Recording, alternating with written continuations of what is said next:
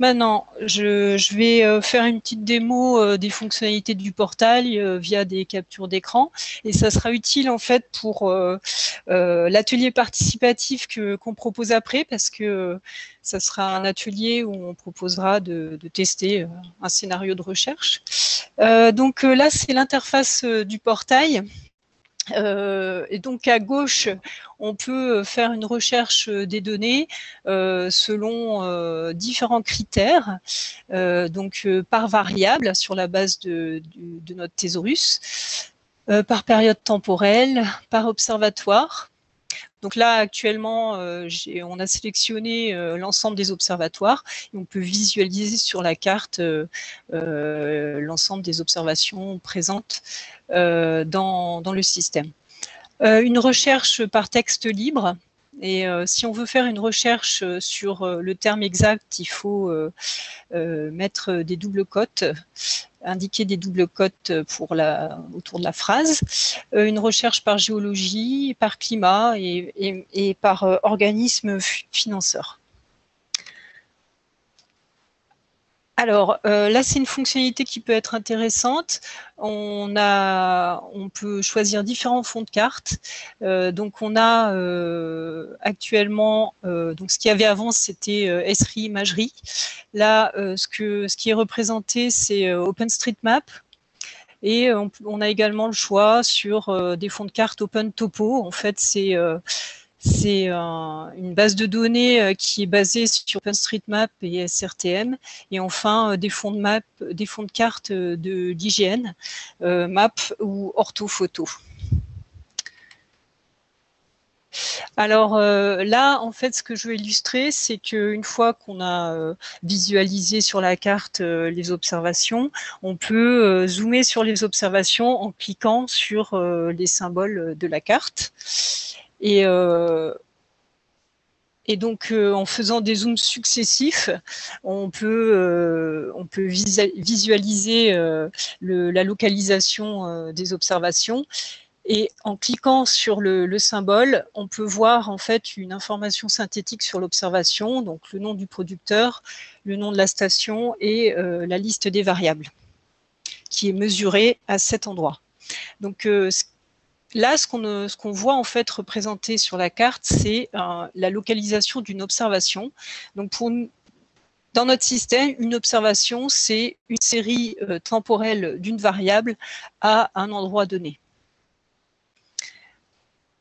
Alors ensuite, pour pouvoir voir le détail, les informations détaillées sur l'observation, il suffit de cliquer sur le nom de la variable et on peut visualiser des informations détaillées sur l'observation, donc nom de variable et catégorie dans notre thésaurus. Donc là, c'est les water level.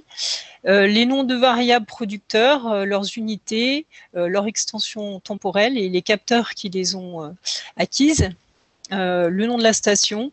Et une fonctionnalité intéressante, c'est on peut également voir quelles ont été les autres variables qui sont mesurées à la même localisation. Donc ça, c'est les noms de variables décrites par notre thésaurus Theia-Oscar. Et ensuite, on a des informations de plus haut niveau, c'est-à-dire le jeu de données auquel appartient cette observation, avec la description, ses objectifs scientifiques, ses différents contacts, PI, et ensuite on a des informations sur le producteur de données là qu'on ne voit pas. Voilà. Donc ensuite, là, j'illustre une recherche, donc un cas d'usage. On veut savoir quelles sont les observations qui ont mesuré des débits. Donc, on déplie en fait le thésaurus de variables. On choisit la variable débit. Donc, en cliquant dessus, et ensuite, on soumet en fait la recherche en appuyant sur le bouton Submit. Là, on a une petite étiquette qui montre en fait les choix qu'on a fait précédemment. Donc, on a choisi Discharge. Et donc la carte, donc on visualise sur la carte les résultats de la recherche et on voit que les facettes sur le côté se mettent à jour. Donc on voit que les observatoires par exemple qui portent, qui observent des données de débit. Et on a, entre parenthèses, c'est ça les facettes, hein, on a le nombre d'observations qui répondent à ce critère de recherche. Donc là, c'est le moyen d'accéder à une vue sous forme de liste.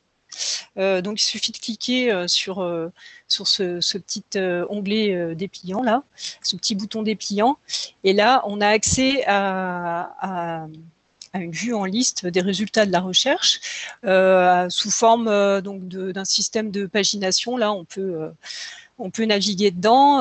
Donc, on a accès, en fait, on voit une information synthétique hein, sur les observations qui répondent à ce critère. Donc, avec toujours pareil, hein, les noms de variables, le nom des stations et le titre des jeux de données.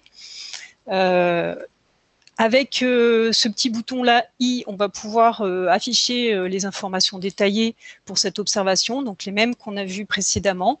Et avec ce petit bouton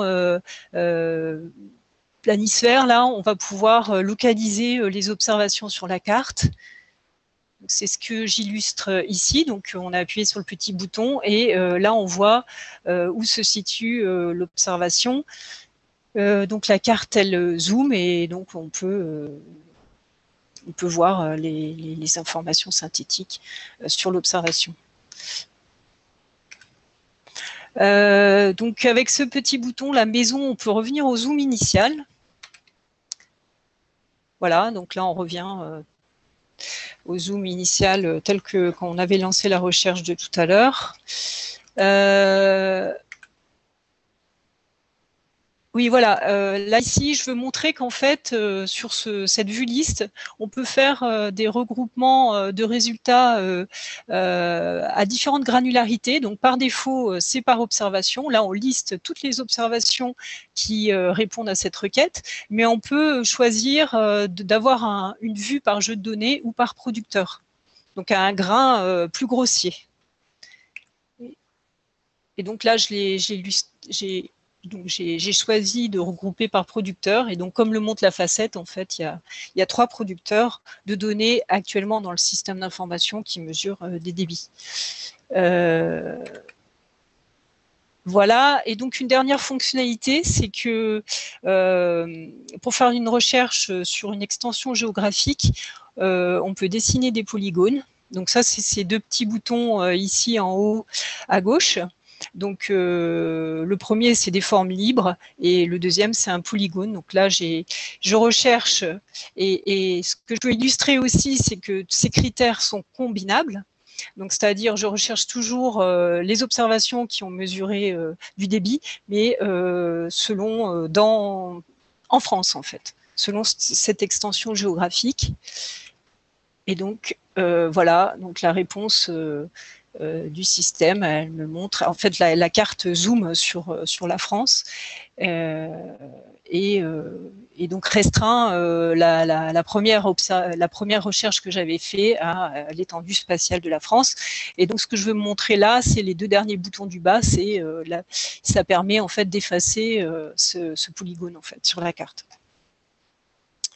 Voilà, je crois que j'ai terminé. Oui, un petit point sur technique, hein, les navigateurs web pour pouvoir utiliser toutes les fonctionnalités de l'interface. C'est une version récente des navigateurs et plutôt Firefox ou Chrome.